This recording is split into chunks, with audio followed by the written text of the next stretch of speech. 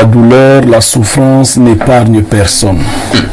Quand ce n'est pas l'argent qui vous manque, c'est l'amour qui vous manque. Mais la première erreur que nous commettons, c'est de rechercher l'amour quand nous sommes dans la douleur. Ça ne risque de ne pas être de l'amour.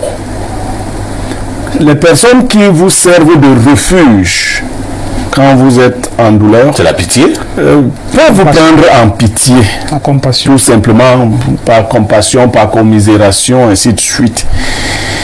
Et quand l'autre, dans la relation amoureuse, a l'impression qu'il a une épaule, un refuge pour vous, il y a des tendances à en abuser.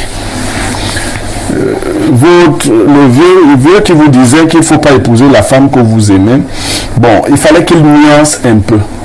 Les hommes ne doivent pas, les hommes de sexe masculin, montrer leur faiblesse affective aux femmes qu'ils aiment. Tu as raison. Ils ne doivent pas. Blériot, tu as raison. Montrer leur faiblesse affective. Oui. C'est-à-dire, nous devons mourir comme des serpents. Tout à fait. Sans plus, on va donc passer la parole à Pierre Blériot-Niamec pour la dénonciation de ce jour. Parfait. Ici, certaines dénonciations nous donnent froid au dos, tellement elles sont invraisemblables. Ce n'est pas qu'elles sont fausses, mais le déroulé de la dénonciation de ce jour, je suis sûr, va vous faire froid au dos également. Il s'agit d'un jeune homme, un jeune monsieur qui a la quarantaine, qui travaille dans une société, une multinationale de la place au Cameroun. Il a donc une situation financière et matérielle enviable. Il a été frappé il y a près de 8 ans de cela par un malheur grave. Il a perdu son épouse et ses 3 enfants. Oh là là. Au cours d'un accident. Oh là là. Les 3 sont morts au cours de cet accident et il a plongé dans une forme de dépression. Oh là là. Quelques années plus tard, il a rencontré une dame qui venait de se séparer de son mari. Elle avait 3 enfants. Et les 3 avaient pratiquement les âges de ses enfants décédés. Il a cru que c'était un signe du destin.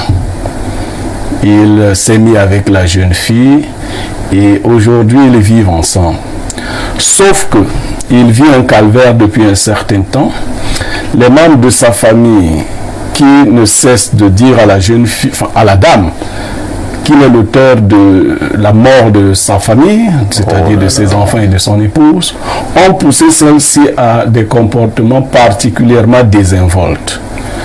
Elle est devenue malfaisante, malicieuse. Elle sort et rentre à des heures indues. Elle ne s'occupe même plus suffisamment de ses propres enfants, puisqu'elle a observé que le monsieur avait déjà un attachement particulier avec ses enfants, qui lui rappelle ses propres enfants décédés. Elle lui fait du chantage affectif. Il a appelé une réunion de famille au cours de laquelle il a présenté cette situation. Rien n'y a fait. La jeune dame est plutôt très sûre d'elle. Elle est de plus en plus une mauvaise épouse. Il nous a donc interpellés parce qu'il dit qu'il est très amoureux de sa femme, que sa femme est une fidèle téléspectatrice de Espace Mini. Il espère par ce canal pouvoir ramener sa femme à la raison. Alors, quels sont les rapports, parce que je n'ai pas bien suivi, hein, les rapports de l'ancienne belle famille avec la nouvelle épouse? La famille de l'homme, c'est une femme. Non, la famille de l'épouse est décédée. Non, il n'y a pas de rapport particulier. D'accord. Alors là, Paul Yombo, je suis d'abord vraiment très touché de ce qui est arrivé au monsieur. Un beau matin, vous perdez votre épouse et vos 3 enfants, les seuls enfants que vous avez dans la vie, au même moment, dans un accident de la circulation. C'est extrêmement traumatisant. Et comme si cela ne suffisait pas, la nouvelle épouse lui fait ce que Blériot a appelé un chantage affectif. Pierre Blériot-Niamec, ce monsieur a un problème sérieux. Sa vie est un enchaînement de douleurs alors qu'il travaille dans une grande multinationale. Il gagne plutôt très bien sa vie, pour parler comme au village. Il a beaucoup d'argent. Que faut-il faire? Qu'est-ce que vous pouvez dire à ce monsieur pour qu'il retrouve véritablement l'équilibre? Il faut d'abord dire que la douleur, la souffrance n'épargne personne. Quand ce n'est pas l'argent qui vous manque, c'est l'amour qui vous manque. Mais la première erreur que nous commettons, c'est de rechercher l'amour quand nous sommes dans la douleur. Ça ne risque de ne pas être de l'amour. Les personnes qui vous servent de refuge quand vous êtes en douleur, c'est la pitié, peuvent vous prendre en pitié, en compassion, tout simplement par compassion, par commisération, ainsi de suite. Et quand l'autre, dans la relation amoureuse, a l'impression qu'il a une épaule, un refuge pour vous, il y a des tendances à en abuser. Le vieux qui vous disait qu'il ne faut pas épouser la femme que vous aimez, bon, il fallait qu'il nuance un peu. Les hommes ne doivent pas, les hommes de sexe masculin, montrer leur faiblesse affective aux femmes qu'ils aiment. Tu as raison. Ils ne doivent pas tu as raison. montrer leur faiblesse affective. Oui. C'est-à-dire, nous devons mourir comme des serpents. Tout à fait. Et je rachète l'analyse de Paul Yombo. Vous aimez une femme, vous l'aimez profondément, mais il faudrait qu'elle sache que vous pouvez aussi avoir le courage de vous séparer d'elle. Tout à fait. Sinon, c'est le chantage à n'en plus finir. Et il faut les écouter parler de nous à leurs copines. Je l'ai laissé là-bas. Si tu le vois.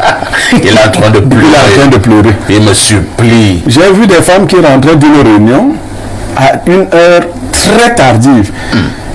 La plus consciente disait non, vraiment. Il se fait attendre. Mon mari. Et les autres le top, c'est qui? Et une autre dévergondée disait, ah, le mien, il est comme le chien qui aboie. Et quand j'arrive, il parlait par rapport, je dis que je n'aime pas les bruits, moi je n'aime pas les bruits. Il se tait, on passe à autre chose. Vous voyez, mais c'est caricatural, mais c'est la vérité. Ce monsieur est allé dans l'amour pendant qu'il était encore profondément dans la douleur. Et c'est dangereux parce que les sentiments sont plus intenses. Vous vous réfugiez, la personne devient tout votre monde. C'est pour cela que le poète disait, un seul être vous manque et tout est dépeuplé. Elle avait l'avantage d'avoir des enfants. Combien de personnes peuvent vous retrouver avec 3 enfants et les adopter ainsi? Quelles sont les causes de sa première séparation? Parce que, bon, quand une femme a quitté un homme avec lequel elle a eu 3 enfants, avant de prendre, il faut savoir pourquoi l'autre a laissé. Est-ce que quelqu'un laisse quelqu'un? Non, mais c'est quand tu prends que tu comprends pourquoi l'autre a laissé. Mais il y a également des femmes qui souffrent d'une forme de malédiction par rapport à l'étoile de mariage. Dès qu'elle est dans un mariage, tous ces démons se réveillent. Elle ne veut que gâter le mariage. Elle ne veut que... C'est le dehors qui l'appelle. Et beaucoup. Donc le dehors l'appelle. Que vient dehors? Je lui demande donc de faire preuve de fermeté. La fermeté dont il n'a pas su faire preuve depuis le début de la relation.